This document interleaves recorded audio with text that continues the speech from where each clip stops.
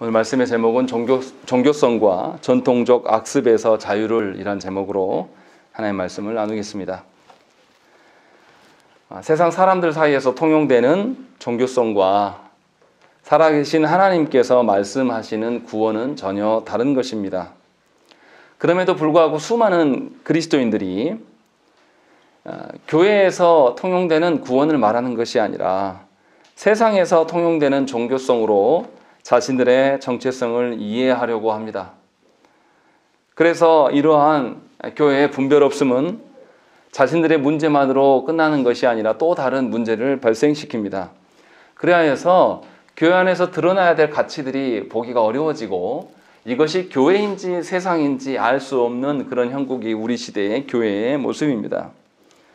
그러나 분명하게 하나님께서는 복음을 통하여서 계시하시는 하나님 나라를 우리에게 주셨습니다. 그래서 우리는 사람이 아닌 하나님으로부터 하나님 나라를 알아가야 돼요. 그런데 우리는 사람의 경험에 근거하여서 그 세워진 교회 안에 그 전통적인 악습을 존중합니다. 그리고 그것만이 살 길인 것처럼 어리석음을 반복하곤 합니다. 그리고 그 전통적인 악습을 굉장히 벗어나는 것을 두려워하는 것이죠. 이러한 어리석음은 우리 시대만의 문제가 아니었다라는 거죠. 교회의 역사 가운데 늘 있었던 이야기고 이 문제를 해결하지 못했을 때 교회는 반드시 부패했습니다. 문제는 우리의 구원자 되시는 그 예수님께서도 세상의 종교성과 또 전통적인 악습을 근거로 말미암아 주님이 평가받으셨다라는 거죠. 그래서 오늘 본문에 주님을 의심하는 자들이 그 기준으로 주님을 의심합니다. 그리고 주님은 놀랍게도 구원주이심에도 불구하고 이러한 판단을 받고 계신다라는 것입니다. 그런 관점으로 오늘 말씀을 우리가 보아야 됩니다.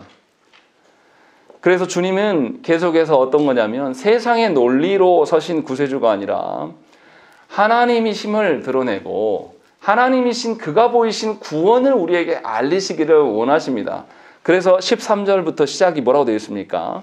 예수께서 다시 바닷가에 나가심에 큰 무리가 나왔거늘 예수께서 그들을 가르치시니라 라고 되어 있어요. 이게 무슨 말입니까? 지금 예수를 따르는 사람들은 질병을 치료받기 위해서 예수님을 계속 따라요. 그래서 예수님이 한 곳에 머무르면 그 사람들이 계속 모여지는 형태이죠. 그런데 예수님은 이것을 부인하십니다.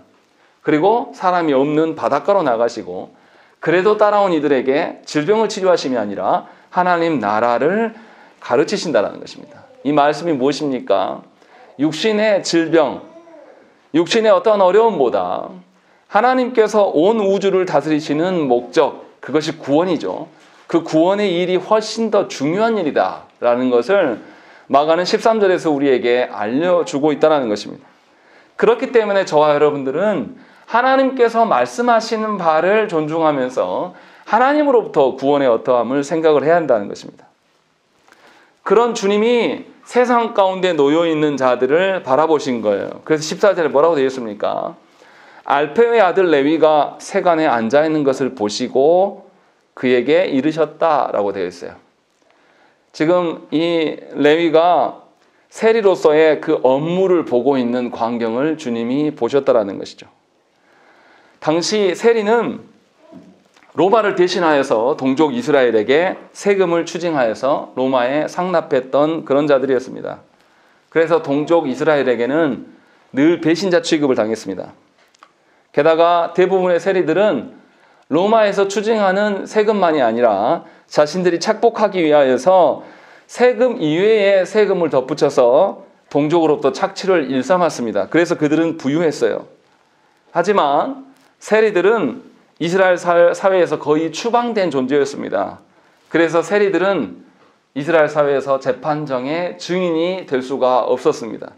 그들을 전혀 신뢰하지 않았다는 것이고 또한 더 큰 것은 뭐냐면 이 세리들이 회당에 나아가서 가르침을 받을 수가 없었다는 거예요.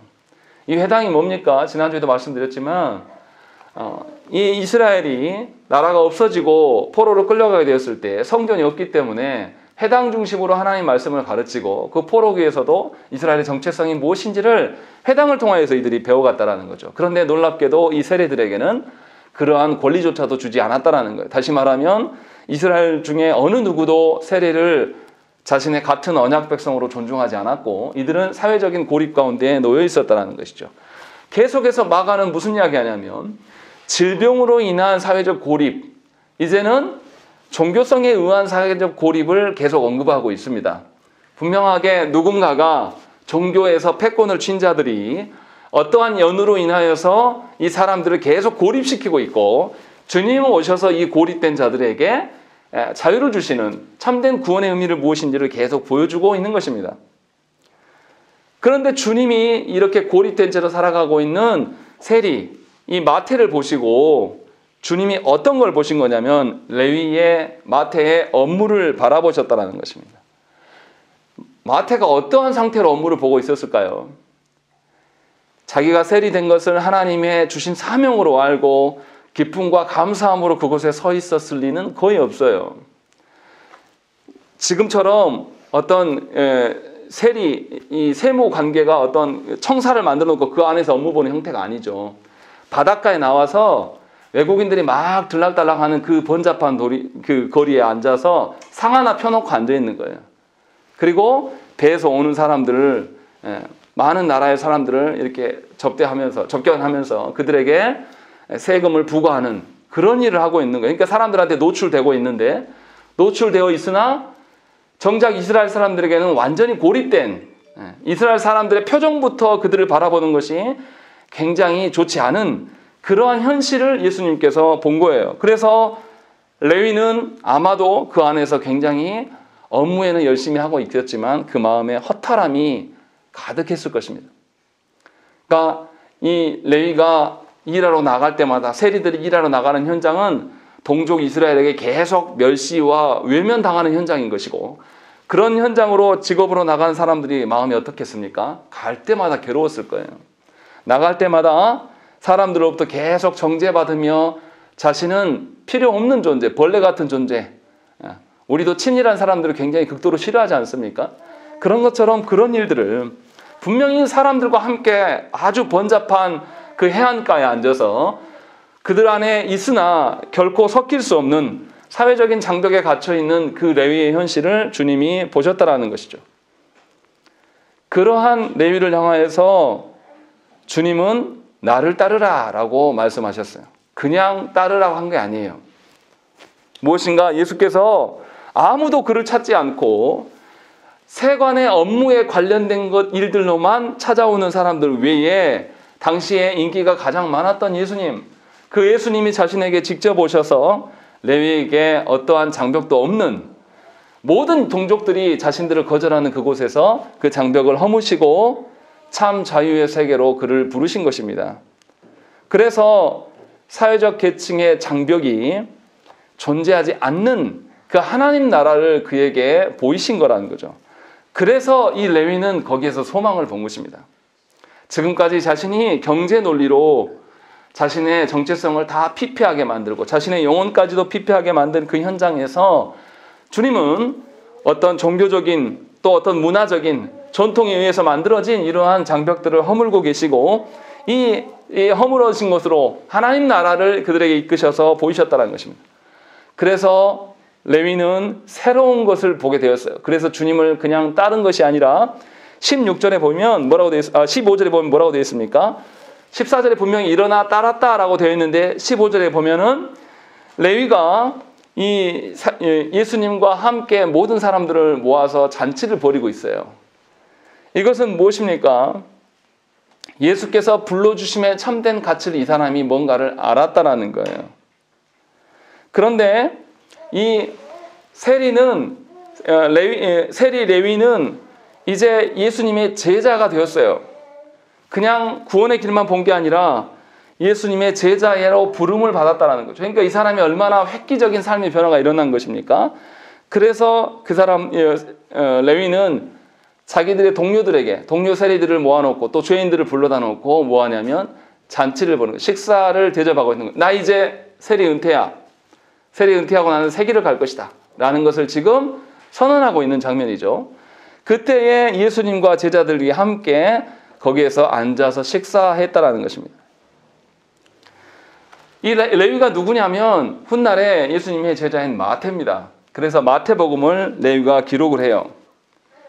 레위가 원래 세리로 일할 때 얼마나 능력이 있는 사람이냐면요.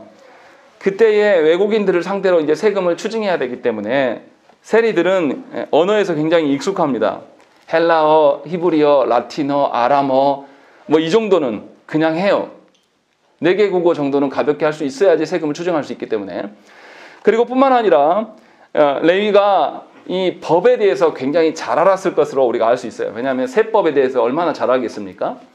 이런 레위가 마태복음을 기록해서 마태복음은 굉장히 복합적이고 정교한 책으로 기술되어 있습니다. 예수께서는 이것을 너무나 잘 아셔서 이 레위에게 사용되었던 그 능력들, 이것을 하나님의 나라의 일들로 바꾸신 거예요.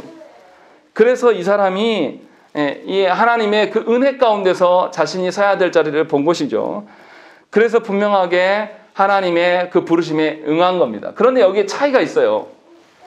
레위는 로마에 속한 사람이에요. 로마의 직분이라는 거죠. 그런데 레위가 그 세관의 그 세리의 직분을 딱 버리게 되면 다시 돌아갈 수가 없어요. 앞에서 우리가 보았던 예수님을 따르는 4명의 제자들은 어부였습니다. 그리고 자신의 고향 땅에 여전히 자기 부모와 처와 자기의 집안 사람들이 남아있어요. 언제든지 이들이 예수님을 따르다가 돌아갈 수가 있습니다. 그런데 세리는 못 돌아가요. 한번 직장에 대해서 거절하면 이제 로마로부터 더 이상 채용받을 수가 없는 거죠. 그런 상황 속에서 지금 레위가 주님을 따르고 있다는 거죠. 그런 점에서 레위의 결단은 다른 제자들과 약간 다른 점이 있는 것이고, 또 무엇인가를 그가 발견했다는 거예요. 그 무엇인가가 무엇입니까? 하나님께서, 예수께서 보여주셨던 어떠한 거예요. 그래서 그가 잔치를 벌이고 그것에서 자신의 공적인 임무, 로마로서의 그 공적인 임무를 이제 처리하고 이제는 예수님의 길을 따르는 제자로서의 삶을 살겠다라는 것을 식사 자리를 통하여서 선언하고 있는 것이 15절과 16절의 말씀이에요. 우리가 보기에는 아주 간단한 것처럼 보이지만 사실은 이 마태의 인생에 있어서는 엄청난 전환점이 되는 것이고, 이것이 공적으로 모든 이들에게 지금 선언되고 있는 현장이라는 것입니다. 그래서 서기관들 중에 바리새인 출신들이 이것을 알 수밖에 없는 겁니다. 집중해서 볼 수 있는 거예요. 당시 사회관념상으로 봤을 때 예수님께서 종교적인 어떤 인기를 누리고 있는 그분이 사회적인 그 지탄의 대상이 된 세리와 함께 세리와 대화하는 것 자체도 사실 엄청난 일이고, 또 세리를 자신의 제자 삼은 것도 너무나 충격적인 일입니다.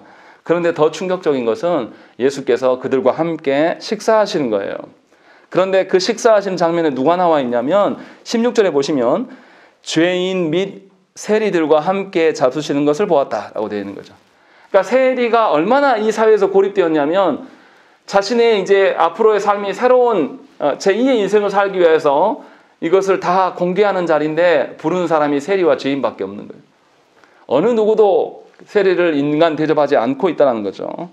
그래서 세리들과 죄인들밖에, 우리 식으로 이야기하면 친일에 부역하는 인간들과 아주 못돼 처먹은 인간들만 거기에 모여 있는 겁니다.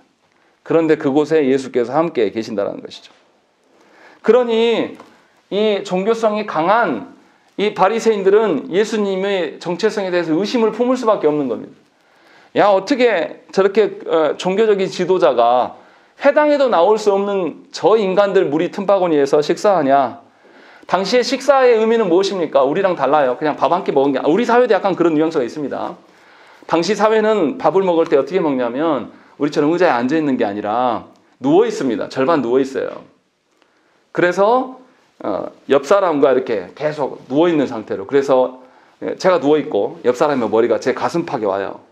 그러면 제가 음식을 뜯어서 이 사람 먹여주기도 하고 같이 만지기도 하고 그러면서 교제하는 자리입니다. 다시 말하면 우리 사회도 그렇게 하죠. 밥 한 끼 합시다 라는 게 뭐냐면 그냥 음식 먹자는 뜻이 아니잖아요. 너와 나와 관계를 설정하고 우리가 어떠한 그룹을 만들어 가자라는 뉘앙스를 갖고 있지 않습니까? 이런 방식으로 지금 식사하는 거예요. 그러니까 사회적인 지위를 형성하는 자리가 바로 식사 자리입니다. 그런데 민족의 반역자와 함께 예수께서 함께 식사하고 계신 것이고 또 죄인들과 함께 한 계층을 이루겠다라고 지금 하고 계신다라는 것이죠. 그러니까 당시의 사회관념에 젖어 있는 사람들은 예수께서 식사하심에 대해서 용서할 수가 없는 거예요. 이해가 안 되는 것이죠. 그래서 서기관들 중에 바리새인들은 예수께서 무슨 연유로 세리들과 죄인들과 함께 식사할 수 있는지를 묻고 있는 거예요. 문제 제기를 하고 있는 겁니다. 왜 예수께서 죄인들과 함께 사회적인 지위를 형성하려고 그러고 왜 거룩해야 될 그런 종교 지도자가 불경한 일에 포함되어 있는가라고 묻는 겁니다. 그러니까 예수님의 구원자 되심에서 이들에 대해서는 관심이 없는 겁니다. 그냥 그 당시의 사회적인 통념과 그 당시의 종교성에 근거하여서 예수님을 지금 판단하고 있는 거예요. 유대인들이 얼마나 거룩을 따지냐면요. 유대인들은 사람과 시간과 공간까지도 거룩을 다 나누는 자들입니다. 그래서 사람들은 종교 지도자, 귀족, 평민, 또 종, 고아와 과부, 병자 이렇게 해서 사회적인 계층을 이렇게 다 나눠놓은 사람들이에요. 거룩이라는 이름으로 얼마나 무섭습니까? 하나님을 잘못 믿으면 이렇게 무섭게 사람을 구분짓습니다. 또 시간을 어떻게 나눠놨습니까?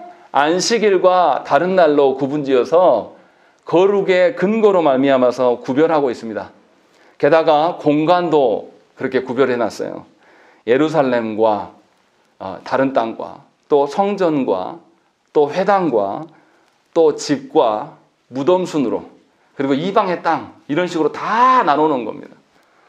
지금 보면 하나님을 안다고 자부하는 종교 지도자들과 하나님 앞에서 무엇인가 바른 대로 살겠다고 하는 이 바리새인들은 자기들만의 집단을 형성해서 무엇인가를 계속 절제하면서 사는 그런 사람들이에요. 그런데 이 사람들이 나누는 기준들이 뭐냐면 사람들을 더욱더 어렵게 하고 옥죄는 것이에요. 근데 놀라운 것은 뭐냐면 이 유대인들의 관습을 조국교회가 닮아 있다는 것입니다. 어느 누구도 교회에 못 들어오게 막아요. 주님은 분명히 죄인들을 부르러 오셨다라고 말씀하시는데 우리는 죄인이 아니라 저 예배당 문 밖에서 이미 어느 정도 거룩한 사람만을 받고자 하는 거죠. 그래서 어느 교회도 동성애자들을 오세요 함께 예배합시다 라고 부르지 않습니다. 예배할 수 있다라고 제가 말하는 게 아닙니다. 오해할까 봐 말씀드립니다. 회개한 자들만이 진정으로 예배할 수가 있어요. 그러나 그들에게 복음은 줘야 되지 않겠습니까? 또 이슬람 믿는 것 때문에 우리가 얼마나 반대하고 열을 냅니까? 그들에게 복음을 주는 것이 우리가 해야 될 일이지 그들을 정죄하고 뭔가 계층을 분화시키고 뭔가 그들을 압박하는 것이 우리가 해야 되는 일이 아니라는 것입니다. 유대인들은 하나님께서 말씀하시는 거룩의 기준이 아니라 자신들이 만들어 놓은 그 간섭으로 인하여서 사회적인 피라미드 구조를 만들어 놨어요. 그리고 그것을 근거로 판단하였고 충격적인 것은 뭐냐면 자신들이 만들어 놓고 자신들이 해석한 것을 근거로 말미암아서 이것을 어기면 죄인 취급했다는 거죠.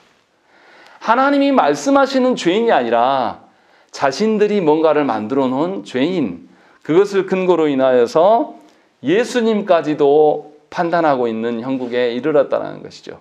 조국교회가 그거와 같아요.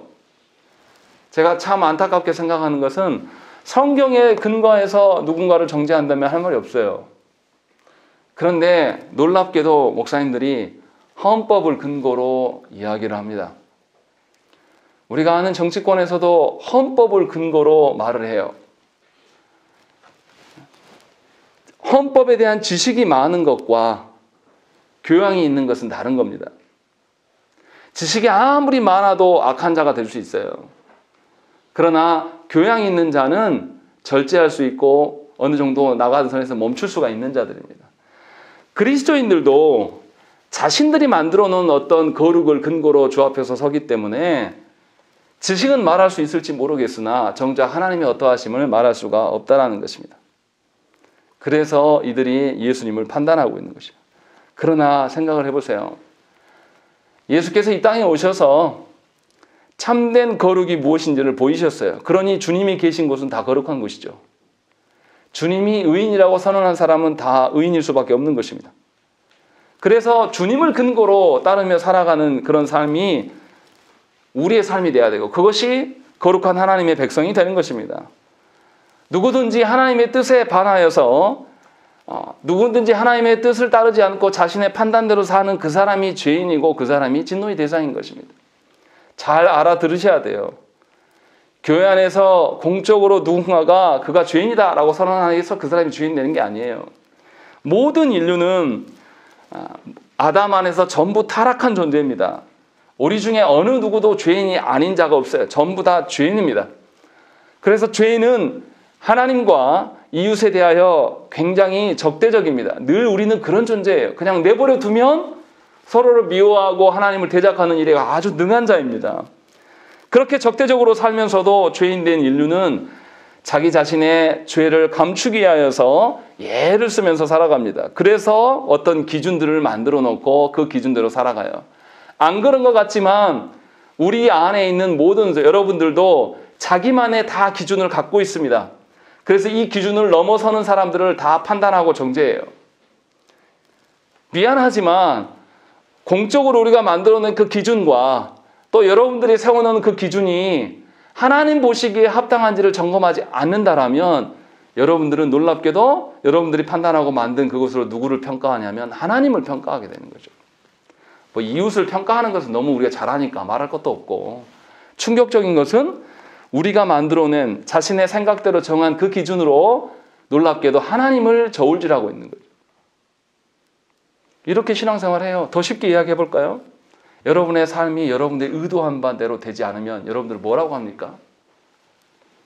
하나님 나에게 어떻게 이럴 수 있습니까? 내가 그간에 예수 믿고 예배당 안에 늘 살았는데 어떻게 우리 가정에 이런 일 줄 수 있습니까? 이 말하는 것 자체가 하나님 향한 대적이에요. 하나님이 나를 이끄신다라는 온전한 신뢰감이 없는 거죠.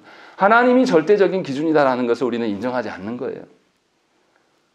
이게 우리의 죄성이라고요. 그래서 저와 여러분들이 우리 스스로 나를 꾸미고 나를 보호하고 나를 가장하려는 이 태도를 벗어던지기 위해서 하나님께 구해야 됩니다. 바리새인들이 말씀을 모르는 자들이 아니에요. 매우 탁월한 자들입니다. 그런데 바리새인들은 스스로 자신들이 알고 있는 지식을 동원하여서 자신들에게 면죄부를 주기 위하여서 자신들이 가장 영적으로 건강하다고 자부했고, 또 그렇기 때문에 하나님께서 보내신 구원자이신 예수님을 평가하고 예수께서 행하신 바를 비난하고 있는 것입니다. 이것이 남의 일이 아니라 바로 우리 일일 수 있다라는 것이죠. 반면에 진정으로 예수께서 이 땅에 오심에 대해서 기뻐하였던 자들은 누구냐면 하나님 앞에서 한없이 죄송하고 부끄러우며 스스로 죄라는 질병을 앓고 있고 자신을 병자라고 고백하는 자들, 자신이 뭔가 문제가 있다라고 고백하는 자들이 예수님 주변에 찾아왔다는 거예요. 그리고 그 절박함으로 주 앞에 서 있는 것이죠. 그래서 놀랍게도 마가복음에 계속 드러나는 것은 뭐냐면 누가 예수님의 은혜를 누리냐면 전부 죄인들만 그 구원을 맛보게 되었다는 것이에요. 마태복음의 기록으로 표현하면 심령이 가난한 자만 천국을 맛볼 수가 있는 것입니다. 그래서 예수께서 뭐라고 하십니까? 의인이 아닌 죄인을 부르러 이 땅에 오셨다라고 말씀하셨다는 거예요. 이 말은 자신을 죄인으로 인식하고 이해하고 있는 사람만이 소망이 있다라고 말씀하신 것과 같다는 것입니다. 세리는 당시 사회에서 지탄을 받는 자이고 내국노라고 격리된 자들이었습니다. 그러나 주님은 그 세리를 제자로 삼으셨다는 것입니다. 그리고 그를 귀하게 사용하셨어요. 그래서 오늘날까지도 마태 이름을 우리가 아는 겁니다. 예수를 믿고 따르는 것은 우리 시대의 시대 흐름과 아무런 상관이 없어요. 우리 시대의 사회적인 지위와도 아무런 관계가 없는 겁니다. 그러니 속지 마십시오. 목사가 홈페이지에 자기 자랑해놓고 내가 이것도 하고 저것도 하고 뭐도 이렇게 자랑하는 목사는 대부분 가짜일 가능성이 굉장히 높아요. 내 스펙이 어떻게 자랑하는 것은 세상의 관점입니다. 주님은 그런 자들을 사용하시는 하나님이 아니라 약하고 힘없는 자들, 연약한 자들을 들어서 사용하셔요. 왜냐하면 약한 자들만이 주님이 나의 소망 되심을 인정하고 그 안에서 살아갈 수가 있기 때문이라는 거죠. 그것을 우리에게 보여주고 있는 겁니다. 그래서 믿는 자에게 가장 복된 일이 무엇입니까? 주 앞에서 자신의 죄악이 드러나는 것. 주 앞에서 자신의 연약함이 드러나는 것. 이것이 가장 복된 일이에요. 우리의 죄악이 드러나는 것, 우리의 연약함이 드러나는 것이 가장 복된 일인데도 불구하고 우리는 어떻습니까? 나의 치부가 드러나는 것, 또 설교자가 나에 대해서 나의 죄를 말하는 것처럼 느껴지면 우리는 기분 나빠합니다. 그리고 그 자리를 피하려고 해요. 미안하지만 여러분들이 저를 피할 수는 있어도 하나님을 피할 수는 없습니다. 여러분들의 죄악이 드러나는 현장을 피할 수는 있어도 하나님을 떠나갈 수는 없다라는 것입니다.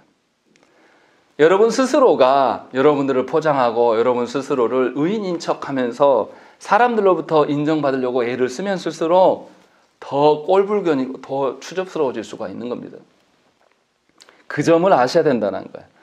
진정으로 하나님 앞에서의 죄가 드러나는 것, 진정으로 하나님 앞에서의 나의 연약함을 고백하는 것이 사실은 가장 아름다운 것이고 가장 복된 길입니다. 그리고 이것을 인정하는 사람들만이 주가 세리들과 죄인들과 식사를 해도 그 자리에 나갈 수가 있는 겁니다. 그렇지 않은 자가 어떻게 바리새인들이 보고 있는데 거기에 가서 같이 식사할 수 있겠습니까?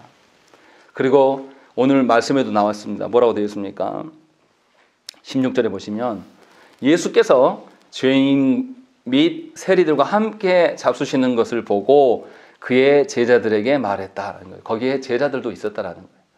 제자들도 그 당시에 시대의 사람이에요. 그런데도 불구하고 이들은 예수님이 계신 곳에 함께 있어요. 시대 정신을 거절하면서 그곳에 서 있는 것을 우리가 볼 수가 있다라는 것입니다. 그리고 이어지는 18절부터 22절의 말씀도 앞의 사건과 비슷한 사건입니다. 예수께서는 바리새인들에게 하나님 앞에서 죄인됨과 참된 의인이 무엇인지를 분명히 밝혀주셨습니다. 그런데도 바리새인들은 자신들의 제자들과 당대 유명한 요한의 제자들의 공통점이 뭡니까? 금식이죠. 금식이라는 그 기준을 근거로 말미암아서 예수님께 도전장을 내밀고 있어요. 왜냐하면 이 바리새인들도 금식을 일상화되어 있고 당시에 예수님보다 더 앞섰던 유명한 이 전도자였던 세례 요한이 제자들도 금식하는 삶을 계속 산단 말이에요. 그런데 사실 하나님 나라를 가르치는 예수님과 예수님의 제자들은 뭐 하냐면 잔치에 참여하고 있어요. 이것이 어떻게 거룩할 수 있냐? 라고 하면서 지금 대적하고 나오는 것이죠. 원래 이스라엘 백성들은 1년에 한 번씩 금식을 했습니다. 언제입니까? 대속죄일에 한 번씩 금식을 했었어요. 그러나 이제 대속죄를 지킬 수가 없는 시절이 왔습니다. 그때가 언제냐면 나라가 망하고 바벨론 포로로 끌려갔을 때 이들이 이제 대속죄를 지키지 못하기 때문에 뭐만 남게 되냐면 이 금식을 기준으로 인하여서 그들의 종교성을 가늠할 수 있는 척도가 되는 거예요. 이제 공식적으로 못하니까 각자가 금식하는 거죠. 이것으로 말미암아서 누가 더 믿음이 있는가라는 것을 판단하게 됩니다. 그래서 예수님 당시에는 유대인들이 종교 지도자가 어떻게 하냐면 일주일에 2번 금식했습니다. 월요일과 목요일에 반드시 금식했습니다. 그리고 이것을 생활화되어 있는 거예요. 이것도 부족하다고 생각한 사람은 일주일에 4번 금식을 했습니다. 그러면서 자신의 금식을 자랑했다는 거죠. 이렇게 금식은 당시 사람들에게 자기 신앙적 헌신과 경건함을 드러내는 기준이 되었고 이 금식이 빈번해지면서 이제 어떻게 합니까? 점점 강제적으로 형식적으로 자기를 과시하는 수단으로 사용하고 있습니다. 문제는 금식을 정기적으로 행하는 자들을 종교심이 강한 자로 인정하는 것이고 그렇게 행하지 못하는 자들은 종교성이 떨어지는 약간 연약한 자로 규정하게 되었다는 것이 문제라는 거예요. 이러한 심각한 금식에 대한 개념들이 놀랍게도 우리가 사는 이 조국교회 안에도 팽배하게 있습니다. 제가 신학교 다닐 때 어떤 여자 목사가 그때 하루 특별 강좌 모의 해가지고 왔는데 와서 한다는 소리가 40일 금식 안 한 사람 나가라 그러더라고요. 신학교 다닐 필요가 없다고. 그래서 나갔습니다. 수업 안 듣고. 그것이 그 사람의 신앙이고 그 사람의 구원의 어떠함입니까? 우리의 구원은 하나님께서 우리에게 베푸신 것이지 우리가 결단하고 어떻게 하는 게 아니에요. 그런데 한국교회 안에서 금식을 몇 번 했냐, 성경을 몇백 독 했냐, 이런 것을 기준으로 인하여서 저는 전도사 오실 때도 그 소리를 들었고 목사 안수를 두고 갔을 때도 그 소리를 또 들었어요. 기가 막힐 현실이에요. 우리가 무엇인가를 하나님께 공로를 쌓고 횟수를 많이 하면 그 사람이 신앙이 좋은 겁니까? 그리고 그 100독, 200독, 300독, 1000독 이야기하는 게 정말 하나님의 뜻을 알고 말하는 것입니까? 정말로 하나님의 뜻을 아는 사람이라면 왜 그렇게 안 삽니까? 많이 하는 게 중요한 게 아니고 조금 알더라도 하나님 앞에서 순종하는 것이 동시에 같이 있어져야 되는 것이 정상인이에요. 그게 정상적인 신앙인이란 말이죠. 그런데도 놀랍게도 조국교회 안에서는 그것들 횟수를 자랑해요. 제가 너무 분노하는 것은 뭐냐면 특별 새벽기도를 만들어 놓고 거기에 도장 찍고 자빠져 있어요. 그게 무슨 기독교입니까 그게. 그거는 기독교에서 할 필요가 없는 것이고 세상 종교들이 그렇게 해요. 100일 기도하고 탑돌이 하고 막 이런 게 하나님께서 우리에게 요구하시는 바입니까? 놀랍게도 교회가 그 일을 하고 있는 거예요. 그리고 그것에 우리는 아무렇지도 않게 생각해요. 특별 새벽기도 그런 게 어디 있어요? 하나님이 우리에게 구원 베푸심 자체가 감사고 그것을 근거로 인해서 기도하는 것은 일상이에요. 그래서 사도 바울 선생이 뭐라고 했습니까? 항상 기도하라 그랬어요. 무슨 특별한 날이 있습니까? 거룩을 하나님께서 그렇게 사용하셨습니까? 오늘 본문에서도 드러나는 건 뭐예요? 예수께서 유대인들이 만들어 놓은 그 거룩의 개념들을 전부 다 까부시고 계시는 거예요. 예수께서 십자가에 달리실 때 무슨 일이 일어납니까? 성전의 휘장이 찢어졌어요. 더 이상 장소적인 거룩의 관념은 없다라는 것을 우리에게 몸소 보여주셨단 말이에요. 더 이상 시간으로서의 거룩한 그런 관념들은 있을 필요가 없다. 왜냐하면 예수께서 직접 오셨기 때문에. 이것을 우리에게 보이셨음에도 불구하고 이러한 거짓된 종교성을 우리는 존중하면서 그 거짓된 종교성에서 만들어지는 이 전통을 우리가 굉장히 존중하며 살아간다는 거예요. 성경에 맞지 않으면 고쳐야죠. 그렇지 않습니까? 하나님이 기뻐하시지 않는 일인데 교회의 전통이다라고 말하면서 지키는 것이 하나님께서 기뻐하실 일입니까? 그런데 지금 바리새인들이 뭐 하냐면 예수님과 제자들이 지금 금식하는 것에 대해서는 이 등한시하고 금욕주의적인 삶을 사는 것이 아니라 잔치에 참여하여서 그냥 즐기고 있다. 이것을 근거로 인하여서 그들을 비난하고 있는 겁니다. 바리새인들은 여전히 자신들이 만들어 놓은 어떤 기준으로 인하여서 경건의 척도를 찾고 있는 것이에요. 우리에게 적용해서 말씀드리면 저와 여러분들이 목사인 저의 눈을 기준으로서 신앙생활 하시면 안 된다는 거예요. 여러분들 스스로 하나님 앞에 서셔야 됩니다. 하나님 앞에 서는 것은 주의 말씀을 여러분들이 직접 사모하셔서 말씀을 읽고 그 말씀대로 사시려고 애씀이 있어야 되는 거예요. 교회가 시켜서 목사의 눈이 두려워서 그렇게 하는 것은 신앙생활이 아니라니까요. 예배 잘 안 드리고 말씀 잘 안 보면 목사는 당연히 제재를 하죠. 그건 무서워서 신앙생활 하는 것을 보고 하나님께서 기뻐하시겠냐 이 말이에요. 그것에 속지 마시라는 거죠. 분명하게 우리의 거룩의 기준은 하나님이셔야 됩니다. 분명하게 예수 그리스도셔야 돼요. 그래서 예수께서 뭐라고 말씀하십니까? 19절부터 22절의 말씀 보면 예수께서 세 가지 비유를 말씀하세요.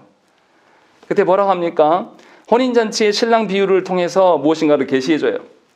예수님 때문에 이 땅에 하나님 나라가 시작된 것입니다. 그래서 구약에는 뭐라고 자꾸 이야기하냐면 호세아서 2장 19절과 10절, 20절 말씀 보시면 내가 네게 장가들어 영원히 살되 공의와 정의와 은총과 긍휼이 여김으로 네게 장가들며 진실함으로 네게 장가들리니 네가 여호와를 알리라 라고 되어 있어요. 예수께서 하나님께서 우리의 신랑 되시고 교회된 우리는 신부다라는 것을 호세아서만이 아니라 이사야서와 에스겔서에서도 계속 반복적으로 말씀하셔요. 그리고 너희의 신랑은 바로 나 하나님이다 라고 이야기해요. 그런데 그 하나님이신 그분이 이 땅에 성육신 하셔서 오셨단 말이에요. 혼인잔치하러 오셨어요. 그런데 어떻게 슬퍼할 수 있냐 이 말이에요. 지금 주님이 우리와 함께 계시는데, 예수께서 함께 계시는데 어떻게 울면서 금식하냐 이 말이에요. 주님이 바로 앞에 계시는데 당연히 잔치하고 기뻐야 될 거 아닙니까? 왜냐하면 예수로 말미암아서 하나님 나라가 시작됐어요. 그리고 이 시작된 나라가 예수께서 다시 오실 때 완성하신다고 약속하셨어요. 그러니까 우리는 하나님 나라가 시작된 그리고 완성을 향해 가는 이 중간기에 살아가는 겁니다. 하나님 나라가 죽어서 가는 나라가 아니라 지금 우리가 거닐고 있는 이 땅에서 하나님 나라를 경험해야지 하나님 나라에 가는 자들이에요. 이 땅에서는 하나님 없는 것처럼 살다가 죽어서 하나님 나라 어떻게 갑니까? 이미 예수께서 우리의 신랑으로 오셔서 우리의 구원을 다 이루셨으면 우리에게 보이셨단 말이에요. 안 믿는 사람들도 예수께서 2000년 전에 유다 베들레헴 땅에 오셔서 십자가에 달리신 거 다 인정하는데 예수 믿는 우리들이 인정하지 않는단 말이죠. 그리고 하나님 나라 없는 것처럼 죽어서 가는 것처럼 생각한단 말이죠. 그러나 예수께서는 분명하게 우리에게 말씀하셨어요. 분명하게 신랑으로 우리에게 오셨고 이 잔치의 나날들이 지금 이 앞에 있다라고 말씀해요. 그러나 주님은 뭐라고 합니까? 20절에 그러나 신랑을 빼앗길 날이 이르리니 그날에는 금식할 것이니라. 이 말씀이 무엇입니까? 신랑 대신 예수께서 고난받는 종으로 이 땅에 오셨어요. 분명하게 유대인들로부터 십자가에 못 박히실 날이 오게 될 것이다. 그날에 너희가 울어라. 그날에 금식하며 그날에 하나님의 어떠한 가운데 서라는 것이죠. 그러나 이 금식도 계속 오래되지는 않아요. 왜요? 예수께서 부활하시기 때문에. 영원히 죽어 계시는 것이 아니라 예수 그리스도께서 부활하심으로 말미암아서 이스라엘은 영원한 하나님 나라를 보게 되고 이제 알게 되는 것이에요. 그러니까 예수 믿는 자들은 기쁨의 날이 깁니까? 금식하면서 금욕주의적인 날이 깁니까? 기쁨의 날이 길 수밖에 없어요. 감사의 날이 우리 일생의 대부분을 차지해야 되는 것이 정상적인 겁니다. 그런데 왜 슬퍼하시냐고요? 모든 세상의 질고를 마치 우리가 질고 가는 것처럼 늘 울고 하나님의 은혜를 이야기하면 우리는 맨날 우는 것부터 생각해요. 이게 합당하냐 이 말이에요. 예수께서 우리에게 보이신 하나님 나라의 가치들이 이미 우리 가운데 있는데 어떻게 맨날 좌절하고 낭망하면서 절망하면서 살 수 있냐 이 말이에요. 지금 제가 여러분들에게 묻는 거예요. 바리새인들이 말하는 것처럼 금욕주의적으로 사는 것이 신앙이 좋은 자들인가? 아니라는 거예요. 세상은 그렇게 말해요. 세상은 종교인들에게 청빈을 강요하고 무엇인가를 금욕적으로 살아가는 것이 아름다운 종교인이다라고 말하지만 우리 기독교에서 말씀하시는 하나님은 우리가 하나님으로 말미암아서 기쁘고 즐겁게 살라고 말씀하신 거예요. 이것을 또 혼동하시면 안 됩니다. 세상의 향락을 다 누리고 살아 이 뜻을 말하는 게 아니에요. 금욕적이지 않은 하나님 나라가 하나님이 좋아서 기뻐서 우리가 스스로 절제하는 것을 말하는 거예요. 하나님의 그 나라의 가치들을 알기 때문에 이것에 취해 살아가기 때문에 금욕적일 필요가 없는 거예요. 이러한 삶을 우리에게 전혀 다른 것을 우리에게 주시고 그것을 따르라고 말씀하시는 것인데 여전히 우리는 어떻게 하냐면 금욕주의적인 것이 신앙인 것처럼 말한단 말이에요. 이것이 합당하냐 이 말이에요. 그렇게 금욕주의적으로 살면 정말로 하나님의 그 기쁨과 하나님 앞에서 감사가 드러나냐 이 말이에요. 그렇지 않다라는 거죠. 그래서 제가 여러분들에게 강요하지 않으려고 애를 쓰는 거예요. 여러분들이 예배에 빠지고 말씀에 대해서 열심히 없고 가정예배에 대해서 관심이 없는 거 그런 거 확인될 때마다 목사로서 마음이 괴롭습니다. 그러나 여러분들은 저를 보고 사는 사람들이 아니기 때문에 제가 기다리는 것뿐이에요. 하나님께 간구하고 여러분들이 직접 하나님 앞에 살아가기를 원하는 거예요. 그러나 말씀을 계속 줘야죠. 그래서 저와 여러분들이 하나님 앞에서의 기준으로 사셔야 돼요.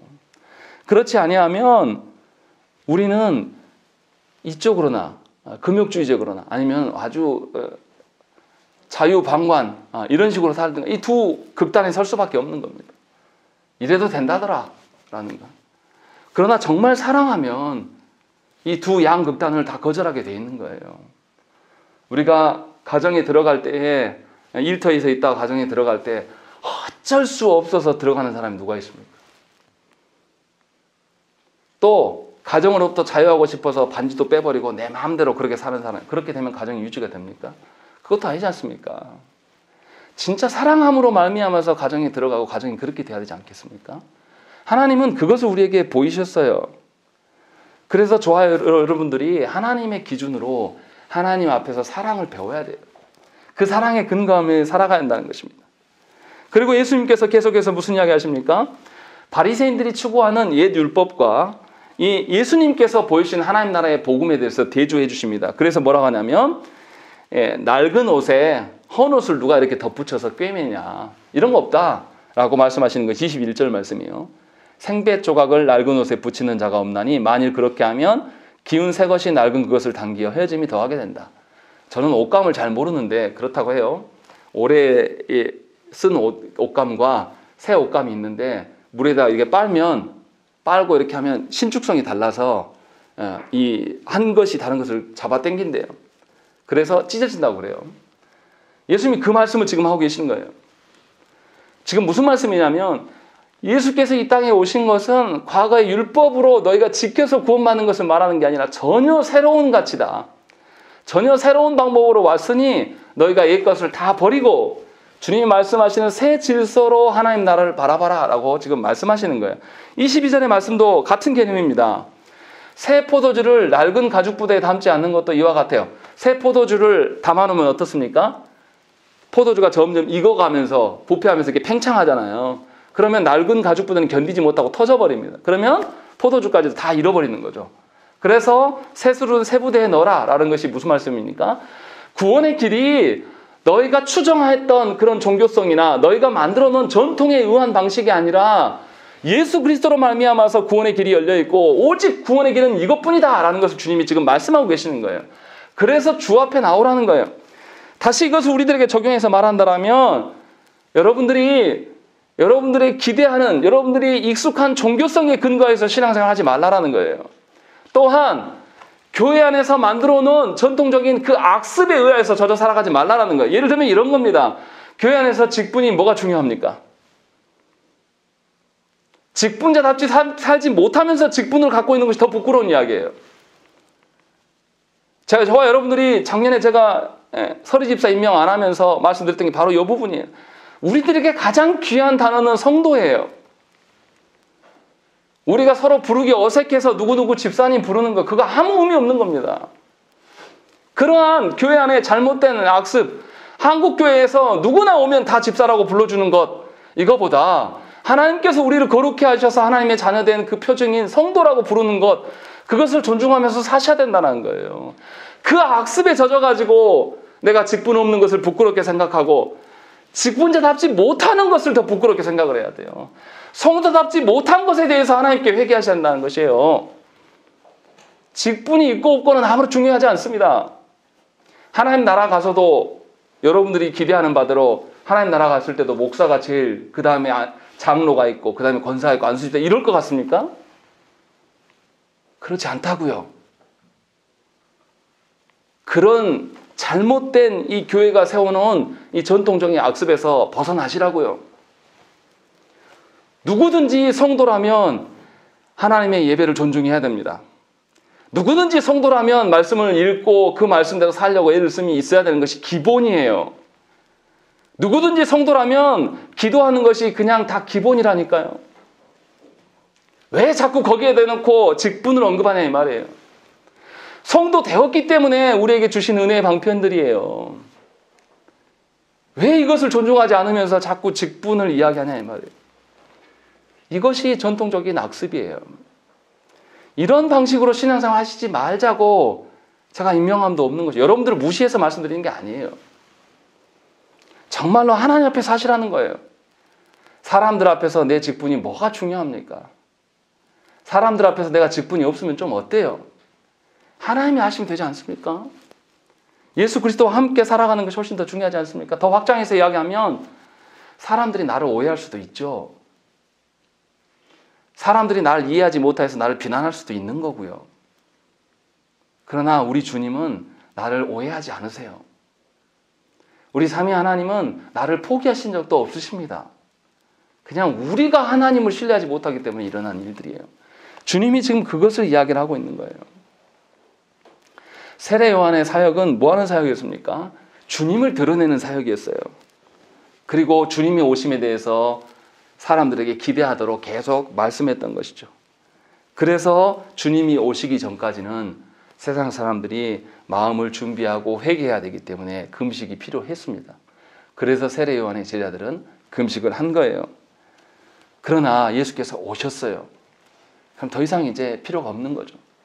그래서 세례 요한의 제자들이 예수께 와서 물었다라고 기록하고 있어요. 마가에서는 바리새인들이 묻는 것처럼 말하고 있지만 마태나 다른 복음서에서는 세례 요한의 제자들이 와서 주님께 물어봅니다. 이것은 대적하려고 묻는 게 아니라 정말 알고자 하는 질문이죠. 분명히 저와 여러분들이 알아야 돼요. 하나님께서는, 하나님 나라는 무엇인가 세상의 종교성과 교회가 만들어 놓은 잘못된 폐단에 의해서 위축되거나 사라지는 그런 나라가 아닙니다. 하나님 나라가 오게 됐을 때 우리의 거짓된 종교성과 우리의 거짓된 전통은 다 타파되고 무너질 것입니다. 그리고 하나님 나라의 가치와 질서대로 사는 저와 여러분들이라면 성경적인 근거로 인하여서 교회를 개혁해 나갈 수밖에 없는 거예요. 그냥 둘 수가 없는 겁니다. 왜냐하면 하나님 나라의 질서와 이 거짓된 전통적인 악습은 충돌되게 되어 있거든요. 다시 말하면 우리 시대의 교회와 몇백 년 전에 종교개혁 시대의 교회가 다르지 않다라는 거예요. 다 하나님 나라의 질서로 사는 자들이기 때문에 다 공통점이 같아야 돼요. 그것으로 말미암아 우리가 살아가야 되는 것이죠. 그래서 하나님 나라에 이르렀을 때에 루터와 칼빈 선생을 만났을 때 우리가 동일한 기쁨과 동일한 방식으로 하나님을 찬양하는 것이 정상적인 신앙이란 말이에요. 자꾸만 우리 시대는 다를 것이다. 자꾸만 우리 시대는 더 어려운, 더 분별하기 힘든 시대라고 우리가 자꾸 그것을 포장합니다. 제가 안타깝게 여기는 것은 뭐냐면 아직도 구원에 대해서 하나님이 아닌 다른 방편들에 치중한다는 거예요. 우리가 속한 이 합동교단에서 무슨 일을 하냐면 메타버스로 예배를 드려야 된다고 해서 가상 공간에서 이것을 연구하고 있어요. 이게 무슨 구원받은 사람들의 삶의 태도입니까? 하나님께서 생각이 없으셔서 몇천 년간 계속 교회를 그런 방식으로 지켜오셨습니까? 하나님이 지켜오신 방식이 있잖아요. 그런데 이것을 부인하고 우리는 가상의 시대니까 이게 말이 됩니까? 그런데 우리는 그런 일들을 하고 있어요. 교회가 그걸 해야 된대요. 이런 것에 속지 마시라는 겁니다. 이런 헛된 것에서 벗어날 수 있는 방법은 무엇입니까? 주께서 주신 것에 우리가 충실하게 서 있으면 돼요. 하나님께서 우리를 다스리심에 대한 신뢰를 가지시라는 거죠. 사람들과 보여주는 것들로 인하여서 현혹당하지 마시고 다시금 하나님 앞에 다시금 서야 돼요. 그래서 그리스도의 말씀이 우리의 삶의 기반이 될 수 있도록 하나님께 구하셔야 됩니다. 그래서 우리 안에 갖고 있는 거짓된 가치관들, 우리 안에 갖고 있는 거짓된 그 시대 정신들을 다 걷어내는 일들을 우리가 시행해야 되는 것입니다. 그리고 그것을 이루기 위하여서 주의 말씀을 근거로 여러분들의 가정을 세워가셔야 되는 것입니다. 바라옵기는 정말로 우리가 거짓된 종교성에 기인하여서 거짓된 교회의 전통의 그 악습에 기인하여서 살아가지 마시기를 바랍니다. 이제는 거기에서 현혹되지 마세요. 진정으로 예수 그리스도 안에서 참된 자유를 누리십시오. 주일에 예배 와서 오는 것을 의무적으로 하시지 말라는 거예요. 정말로 하나님을 사랑하여서 하나님과 함께 살고자 하는 마음으로 주 앞에 서시기를 구하고 그 삶을 계속 영위해 가시기를 간절히 축원합니다. 함께 기도하겠습니다.